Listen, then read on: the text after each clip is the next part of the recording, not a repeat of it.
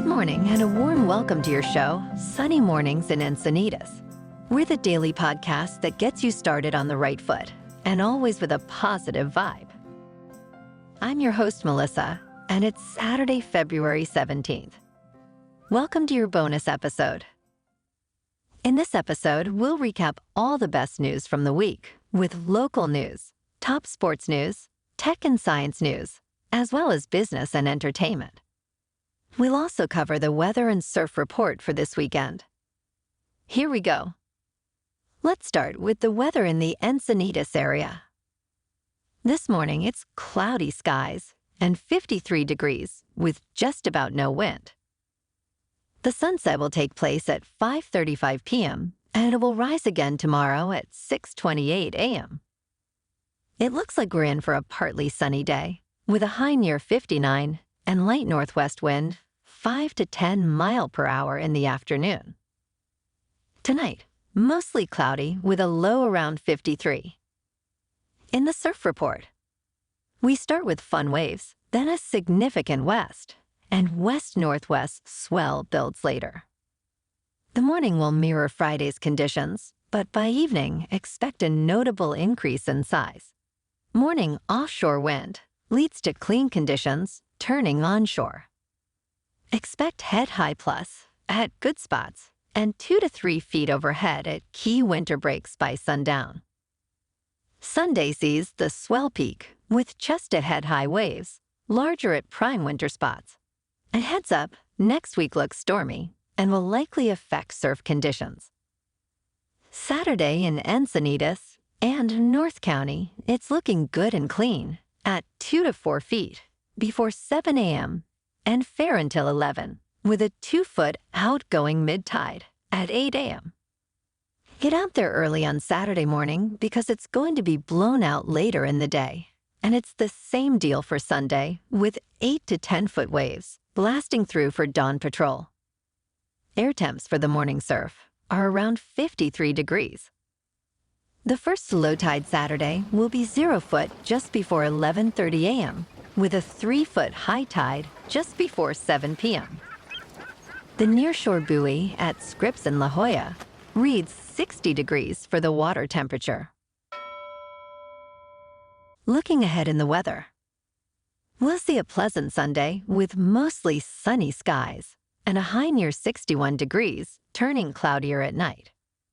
The week starts with a slight chance of showers on Washington's birthday and continues with intermittent showers and mostly cloudy conditions, maintaining highs around 60 and nightly lows in the mid-50s. Now let's check out the local news. In San Diego, a bill has been introduced to address the surge in e-bike usage and related collisions. This bill, a revival of the previous AB 530, focuses on creating educational and licensing requirements for e-bike riders. It bans children under 12 from riding e-bikes, while those 12 and older must undergo an online course and a written test, also requiring a state ID for those without a driver's license. This move seeks to establish consistent regulations across various communities, following a rise in e-bike-related accidents. The proposal reflects an urgent call for improved road safety and responsible e-bike usage. San Diego small businesses and nonprofits can apply for flood recovery funds due to the January 22nd flood. The application period ends on February 27th, so act swiftly. The Emergency Response and Resilience Grant, with a $370,000 budget, offers up to $2,500 for small businesses and $5,000 for those in low-income areas. Eligibility requires proof of storm impact, a city business tax certificate, and a staff size of 12 or fewer. Funds can cover uninsured replacements, employee wages, and insurance deductibles.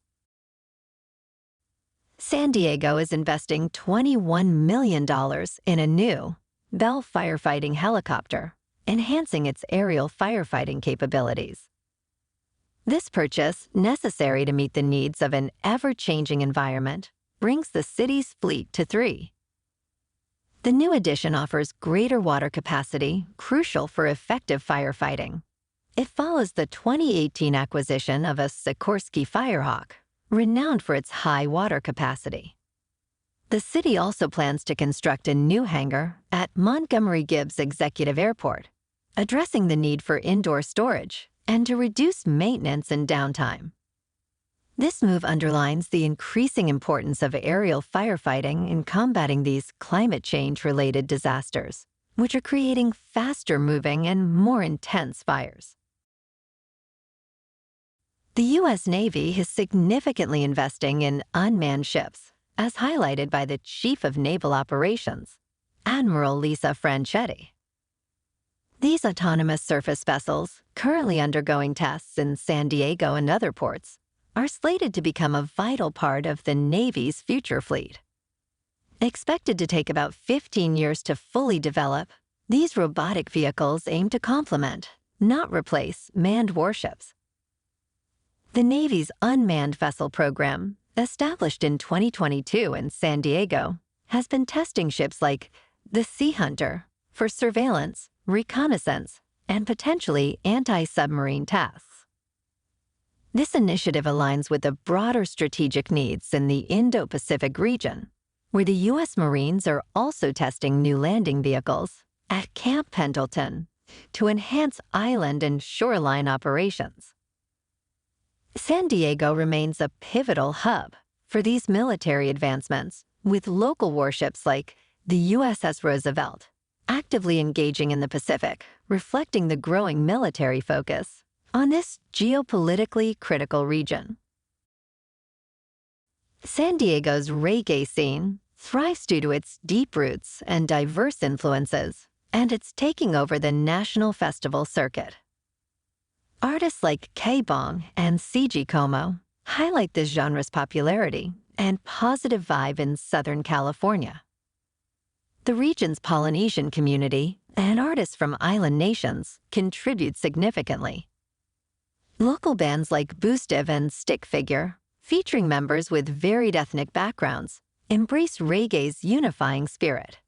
This diversity is celebrated at events like Cali Fest, showcasing San Diego's dynamic reggae talent and its influence on other music genres. The scene's growth is a testament to its authentic, community-focused nature.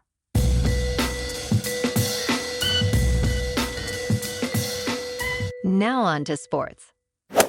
Manny Machado is intensifying his training following off-season surgery for tennis elbow. Currently in spring training, Machado's primary concern is building arm strength for the upcoming season. Despite a challenging year marked by his first injury list appearance in 9 years and a lower OPS, Machado remains focused and optimistic. The Padres, after missing last season's postseason, have undergone significant changes, including trading Juan Soto to the Yankees and losing key players like Josh Hader and Blake Snell. Machado, alongside Fernando Tatis Jr. and others, is confident in the team's potential, emphasizing the need for collective performance improvement. The Padres are still seeking to strengthen their roster, with general manager A.J. Preller exploring trade options, especially in the outfield. Come along with me and jump in my time machine, back to February 15th, 1978. The joke's on you, Leon Spinks said. The man upstairs made it come true. The boxer from St. Louis was speaking to reporters after one of the most stunning sports upsets in history. He just snatched away Muhammad Ali's world heavyweight boxing crown Wednesday night at the Hilton Pavilion. In the capital of gambling, there had been no official odds posted on such a possibility. It would have been tantamount to Poland beating Germany in World War II, or to the cost of living receding. Besides divine providence, Spinks had an indomitable spirit, furiously flying fists, and absolute confidence. Muhammad Ali had been a champion for all ages. This was the 20th title defense for the 36-year-old Ali. Think of it, Muhammad Ali, an ex-champion, again. "You're still my champion," Spinks said to Ali in the press conference after the nationally televised match. It was a press conference to remember because Ali, the people's choice, instead of sulking because the championship had been lost, Ali magnanimously gave Spinks the credit he deserved. The 24-year-old challenger seemed almost sorry he'd put an old man out to pasture. "I'm glad for you because you did what I did," said Ali, referring to his startling upset of then-champion Sonny Liston in 1964. "You proved the people all wrong," Ali said. "I wasn't robbed," he said of the split decision. "He landed some of the best punches I've ever been hit with." Spinks, a refugee from the trouble-infested Prude-Igoe housing development, had begun boxing when he was 14 years old, just to stop neighborhood bullies from messing over me, he said. But last night, he was on the offense all night long, while Ali seemed content to lie on the ropes for the early rounds, as was his famous rope-a-dope custom. Spinks, who fights as if a red blanket is being waved in his face, piled up points with a relentless assault to Ali's shoulders, head, and kidneys. After 6 rounds, Spinks became world champion after only 7 professional bouts to become the fastest heavyweight in history. This article was written in 1978 by the great Hall of Fame baseball writer Rick Hummel of the Post-Dispatch.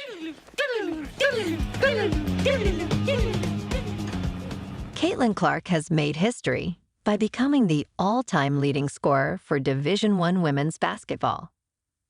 In a game against Michigan, Clark scored the record-breaking point early in the first quarter with a long three-pointer, elevating her total to 3,521. This achievement places her third in the all-time NCAA scoring list for both men and women.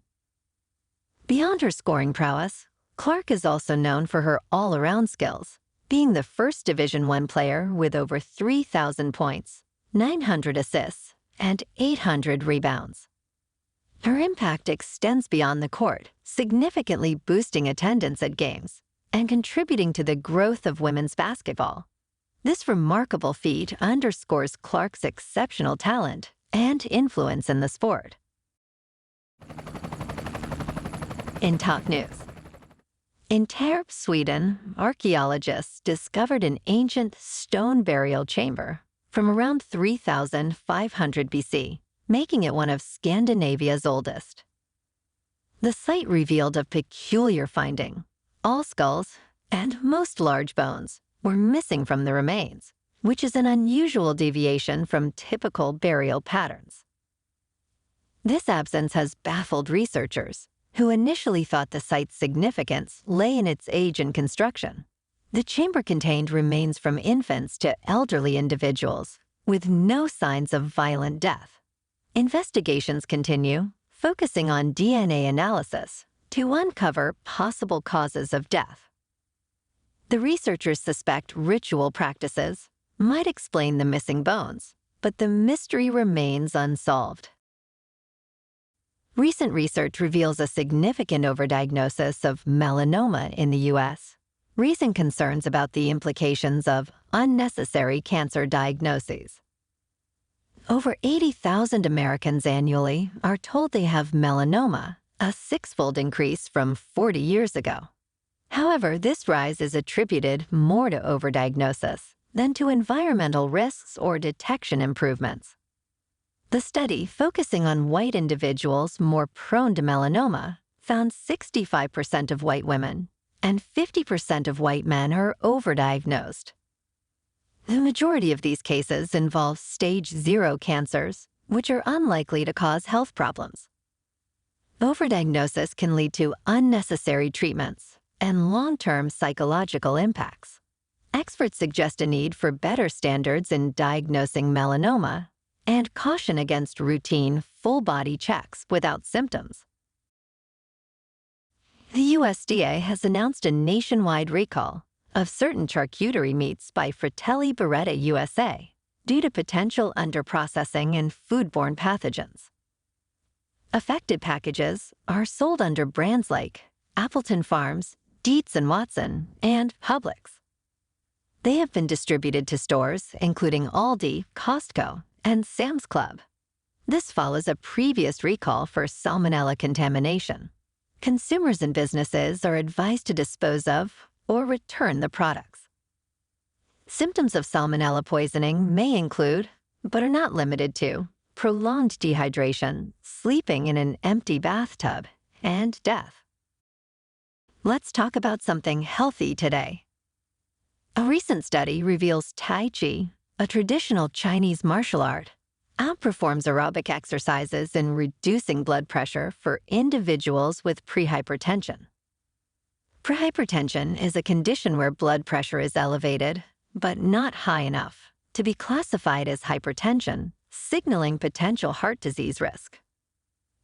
The study, published in JAMA Network Open, involved 342 adults with prehypertension, averaging 49 years old. They were divided into two groups, one doing aerobic exercises, like jogging, and the other practicing Tai Chi. Both groups had hour-long sessions 4 times a week. After a year, the Tai Chi group showed greater blood pressure reduction, with 22% achieving normal blood pressure levels, compared to 16% in the aerobic group. Tai Chi, described as meditation in motion, activates the parasympathetic nervous system, promoting relaxation and stress reduction. Besides lowering blood pressure, Tai Chi is also known for enhancing balance, reducing fall risks, and improving mental health among older adults. Regular practice is key in maximizing these health benefits. MIT scientists have made a groundbreaking discovery in the behavior of heat in superfluid quantum gas, observing for the first time the phenomenon known as second sound. Unlike typical materials where heat spreads out, in superfluid quantum gases, heat moves in waves. This was visualized using a novel thermography technique that tracks temperature changes via radio frequencies. This research, important for materials science and astronomy, could shed light on high-temperature superconductors and the physics of neutron stars. The findings, offering new insights into the unique properties of superfluids, were recently published in the Journal of Science. In business news, this week at TechCrunch Mobility Conference, major updates abound. Uber achieves a full-year profit, a first for its operations. In electric vehicles, Ford's secretive low-cost EV project in California and Fisker's woes take center stage. Also, Joby Aviation plans to launch their air taxi services in Dubai by 2026. Finally, the EV landscape sees dynamic movements, with Arrival, electric delivery vans, facing financial challenges in the UK, and Rivian, set to unveil a new, more affordable SUV. In a significant crypto development, Bitcoin surpassed $50,000 for the first time since December 2021, triggering a rally in crypto-related stocks and funds. This surge is partly due to robust demand for new spot Bitcoin ETFs. Bitcoin, the largest cryptocurrency, has experienced a 13% rise in the past week and an 11% increase this year, building on a 150% gain in 2023. Despite this, it's still about 28% below its peak from November 2021. Leading spot Bitcoin ETFs like Grayscale Bitcoin Trust and BlackRock's iShares Bitcoin Trust saw gains around 5.6%, while Bitcoin futures like ProShares Bitcoin Strategy also climbed. Shares in Coinbase and MicroStrategy rose significantly, reflecting broader market optimism. Experts attribute the rally to increased spot market demand, and some investors viewing Bitcoin as a safe haven amid global uncertainties. However, its price volatility remains a concern. Future predictions are optimistic, with expectations of Bitcoin reaching up to $160,000 by end of 2024 and potentially $350,000 by mid-2025. Intuitive Machines, a space startup, experienced a perplexing 7% drop in their stock following the SpaceX delay. Originally, the SpaceX launch was set for Tuesday, but they encountered an issue with fueling while the rocket was on the launch pad. The new launch is rescheduled for today. This minor delay in their moon landing mission seems to have disproportionately affected their market value, wiping out over $30 million. The market's short-term reaction to a mere 2-day postponement raises questions, especially considering SpaceX's strong track record of successful launches, having conducted nearly 100 in 2023 and 11 this year. While SpaceX, valued at about $175 billion, isn't publicly traded, it's recognized as a leading aerospace and defense entity. The impact of this brief delay on Intuitive Machines stock highlights the often unpredictable nature of stock market responses. Atlanta Fed President Raphael Bostic indicates that interest rate cuts, anticipated by investors, may not occur until at least the third quarter of 2024. This revised timeline is earlier than his initial forecast, prompted by faster-than-expected inflation slowdown. Bostic anticipates 2 rate cuts in 2024, but emphasizes caution, prioritizing true signals of inflation decline over volatility. Despite the easing of inflation in January, it remains above expectations, with consumer prices up 3.1% year-over-year. The Fed's main focus is bringing inflation down to its 2% target. Bostic stresses the need for a cautious approach to rate cuts to avoid reigniting inflation, and advises against relying on past economic patterns to predict current monetary policy impacts, highlighting the uniqueness of current economic conditions. Moving on to a more local vibe. In our community spotlight on health and wellness, we are working with a national Pilates studio to bring you some free classes, so listen up. Check out Club Pilates, with several locations in the San Diego area. Pilates presents a comprehensive wellness approach, cultivating strength, reducing tension, and elevating mental well-being. Scientific research affirms its benefits. So now you can check out Club Pilates for a free class, with locations in Encinitas, Solana Beach, Oceanside, La Jolla, and more. Just be sure to tell them Sunny Mornings sent you by. And now, back to the show. Let's talk tech. The latest iPhone software update, still in beta testing, introduces a significant update for Apple Cash users. It now allows the generation of a virtual card number, enabling payments even in places where Apple Pay isn't accepted. This feature addresses a major limitation of Apple's payment service, now making it more versatile. Users can easily set up this virtual card through a simple 2-step process in the Wallet app. The virtual card includes an expiration date and security code, while maintaining a separate number for Apple Pay transactions. This enhancement offers greater convenience, especially since there are still numerous locations that don't support Apple Pay. Additionally, it eliminates the need for transferring money to a bank, which could incur a fee for instant transfers. In a significant move, Google has rebranded its AI offerings under a single name, Gemini. This change sees the previous Bard chatbot and Duet AI features integrated into Google Workspace, all unified as Gemini. Notably, Google has also launched Gemini Ultra 1.0, a more advanced version of its language model. Gemini, blending the roles of an assistant, chatbot, and search engine, is now accessible via dedicated Android app, replacing Google Assistant in some functions. However, there's no iOS app yet. iPhone users can access Gemini through the Google app.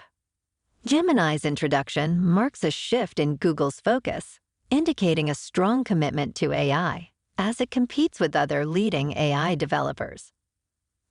For enhanced features, users can subscribe to Gemini Advanced, part of Google's $20 per month Google One AI Premium plan, which also includes 2 terabytes of Google Drive storage. Last night's SpaceX launch could mark a historic moment in U.S. space travel, being the first return to the moon since 1972. Funded privately and crafted by Intuitive Machines, the mission aims to deliver scientific instruments to the moon's south pole. This is crucial for SpaceX and Elon Musk's vision of making humanity multiplanetary with Mars as a key target. Although SpaceX has excelled in satellite deployment and astronaut transportation, planetary travel is a new frontier. The mission's success, hinging on today's launch from Florida's Kennedy Space Center, could pave the way for future interplanetary travel. However, risks remain, as highlighted by recent propulsion issues in similar missions. SpaceX has made specific technical adjustments for this launch, acknowledging the challenges, but remaining hopeful for a successful mission. A groundbreaking experiment on the International Space Station involves Mira, a compact surgical robot, performing a simulated surgery. Weighing just 2 pounds, Mira is significantly lighter than existing robotic surgery technologies. Developed by Virtual Incision Corporation, it's a product of 20 years of work by Shane Ferriter and his team. The experiment, funded by a NASA grant to the University of Nebraska, aims to explore the feasibility of remote surgery in space, which could be vital for long missions to the Moon or Mars. Interestingly, this technology also holds immense potential for remote areas on Earth, like rural regions or war zones, where access to surgeons is limited. In the U.S. alone, about 1/3 of counties lack a surgeon, with a projected shortfall of up to 30,000 surgeons in the next decade. Mira's space mission is a step towards realizing the broader vision of remote surgery, potentially revolutionizing medical care in both extraterrestrial and terrestrial settings. Apple's latest tvOS beta code hints at the development of 2 new HomePod devices with screens, one nearing production. The code reveals a new tvOS device, codenamed Z314, featuring an A15 processor, a significant upgrade from the current HomePod's S7 and Mini's S5 processors. This implies enhanced capabilities beyond audio, likely supporting a display. Previous leaks showed Apple testing tvOS on the iPad mini, aligning with rumors of a larger display HomePod. The lineup may include a model similar to the current generation and a more versatile one akin to Amazon's Echo Show. Respected analyst Ming-Chi Kuo predicts a 7-inch model launch in early 2024, marking a step in Apple's revamped smart home strategy. And in entertainment news, in this year's Super Bowl, country music icon Reba McEntire was set to sing the national anthem, sparking interest in prop bets on the performance's duration. The over-under was set to 90.5 seconds. Historically, McEntire's renditions are notably brief, influenced by her distinctive yodeling style. Yodeling, a vocal technique involving rapid, flexible shifts between chest and head voice, often leads to quicker song interpretations. McEntire's past anthem times, like 72 seconds in 1974 and 66 seconds in 1985, exemplify this trend. However, as she has matured, her times have slightly lengthened due to a mix of increased vocal control and decreased physical vocal agility. Interestingly, McEntire's rhythm has been inconsistent in past performances, primarily due to her singing a cappella. This variability might influence her upcoming Super Bowl performance time. In the end, you should have bet the over because Revo went 95 seconds. And if you did go with the over, then winner, winner, chicken dinner. Gloria Gaynor, I Will Survive, a new documentary by Betsy Schechter, explores the life of disco icon Gloria Gaynor. The film, getting a one-night theatrical release, delves into Gaynor's journey as she transitions from her 70s disco fame to a gospel artist. It reveals her struggles with personal and professional adversity, transforming her hit I Will Survive into a broader anthem of empowerment. The documentary also touches on Gaynor's past challenges, including her relationship with ex-husband Linwood Simon and a persistent spinal injury. While focusing on her gospel career and the making of her Grammy-winning album Testimony, the film has been critiqued for its intimate approach, lacking broader industry perspectives. However, it celebrates Gaynor's resilience and musical legacy, underscoring her impact on the disco genre and her personal growth. This summer, Santana and Counting Crows are embarking on the Oneness Tour, a 29-show journey across 28 North American cities. Celebrating the 25th anniversary of Santana's Supernatural album, the tour kicks off in Toronto and concludes with performances in San Diego and Phoenix. Carlos Santana, a Rock and Roll Hall of Fame inductee and 2013 Kennedy Center honoree, continues to inspire.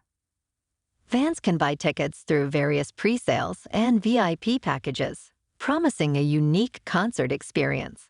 The tour features notable stops, including Red Rocks Amphitheater and the iconic Footprint Center in Phoenix.